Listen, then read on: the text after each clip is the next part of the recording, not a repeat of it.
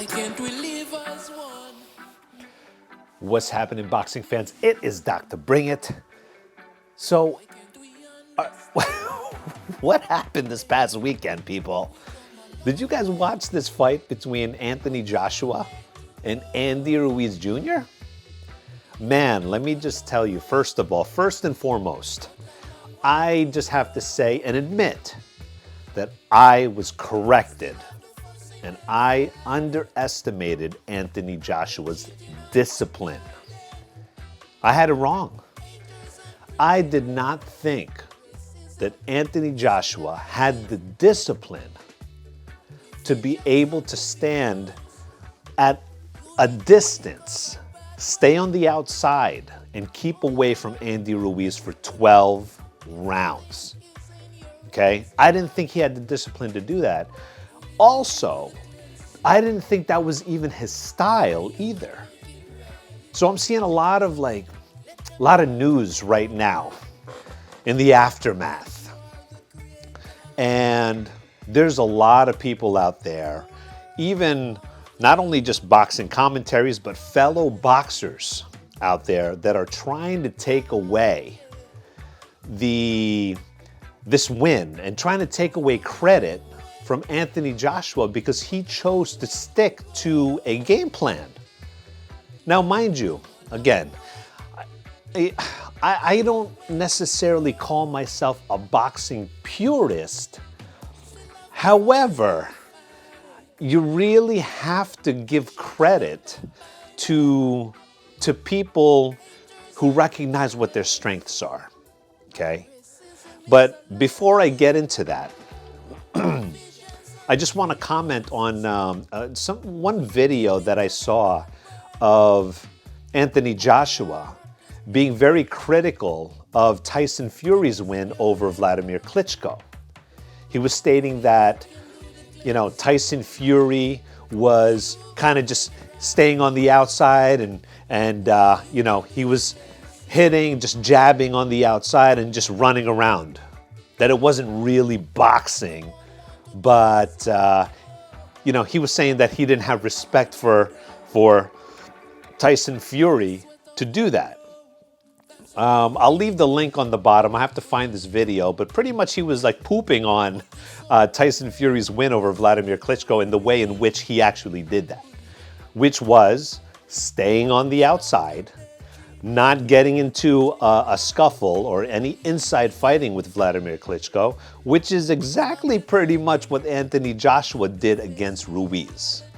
Now here, that's not really what the problem is. The problem is that Anthony Joshua himself claimed to have a different style, that's not what he does. So what exactly happened now? But let me just tell you this. In order for fighters to stay on the outside and box on the outside and not get into exchanges, that takes a tremendous amount of discipline. It does. Also, you have to check your pride at the door. It's like, that saying, there's no shame in my game. Well, most boxing enthusiasts out there, everyone loves like a bloodbath, right? Everyone loves to see awesome exchanges, inside fighting, great combinations, in and out, like all of that stuff, right? But nobody likes watching that fight. I can't say nobody, but most people don't like watching that fight where the taller guy just stays on the outside and keeps him off, runs around, keeps him off for 12 rounds. Okay? But in my eyes, like I said, I'm not necessarily a boxing purist. However, you have to give, or I give, the credit where credit is due. What Anthony Joshua did this past weekend against Andy Ruiz, I did not think that he could do that. And I didn't think that that was his style of boxing. So we all saw a different side of Anthony Joshua. It just shows you that he can learn. He is still learning. And again, something new that I read about Anthony Joshua is that he took up the sport late. He was already like older, whereas Andy Ruiz was fighting when he was like a little kid, like 5 years old. All right? But again, that height difference and what I was talking to you guys about in the prediction, it's really about the mismatches, right? Now, mind you, I didn't think that Anthony Joshua's height difference would matter because I looked at Andy Ruiz as being the more skilled fighter. But as you can see, it doesn't really matter in the skill because if you can't reach your opponent, then you've been negated.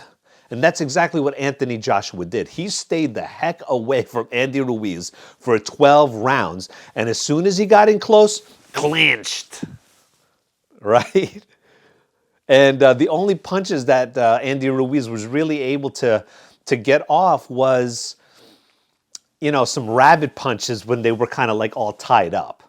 And that's really it. But I mean, hey, Andy Ruiz was cut really early. But also we saw Anthony Joshua cut as well. Now, I'm not sure if that came from a headbutt or what. I'm not really sure. But regardless, it was like Anthony Joshua was the man taking away candy from a little boy. I don't know what happened.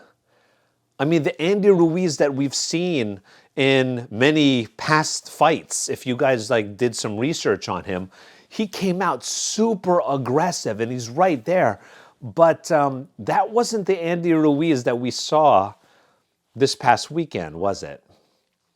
So I'm just curious what you guys think about this fight. I mean, just based on all of the articles and the videos that are coming out, obviously nobody's going to give Anthony Joshua the credit. And they're going to say oh, it was a boring fight. He stayed, he was on his bike the entire fight. And, people are just hating on him for that. Deontay Wilder, he already said that he ran for 12 rounds. And they're referring to, of course, some interviews of Anthony Joshua in the past stating that if you want to take, the treasure away from the king, you're going to have to go and get it. But I'm just so surprised that he did that in this fashion. Excuse me. So, what do you guys think?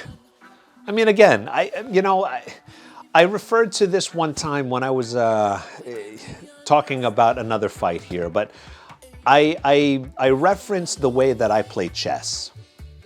And the way that I play chess is very slow, and I move my pieces very slowly up, and I don't overextend myself, okay?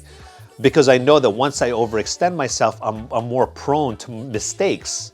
Like my fellow chess players out there, once you develop your pieces and you throw your pieces out there really early, you are opening yourself up to very sharp play, right?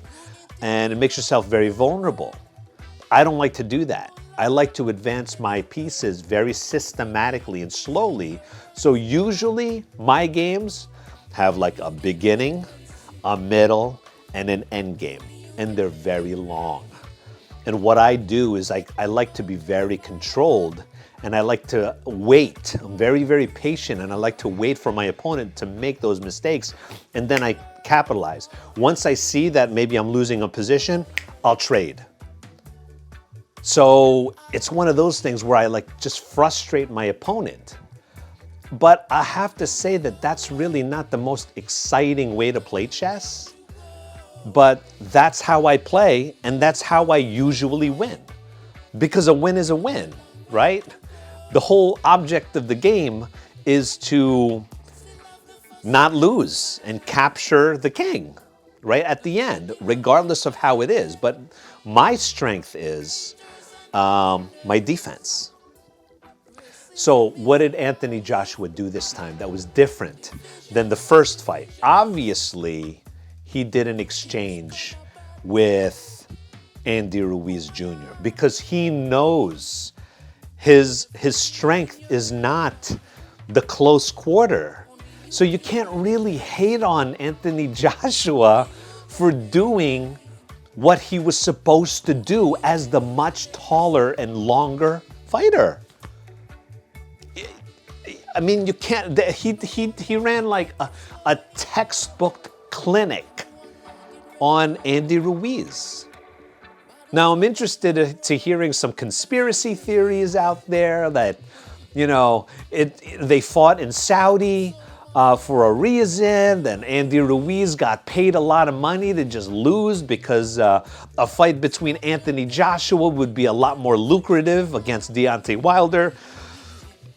Let me hear all of the conspiracy theories in the comments. I'm really interested in hearing what you guys think about it. But honestly, people, take it easy on Anthony Joshua, man. He actually really surprised me.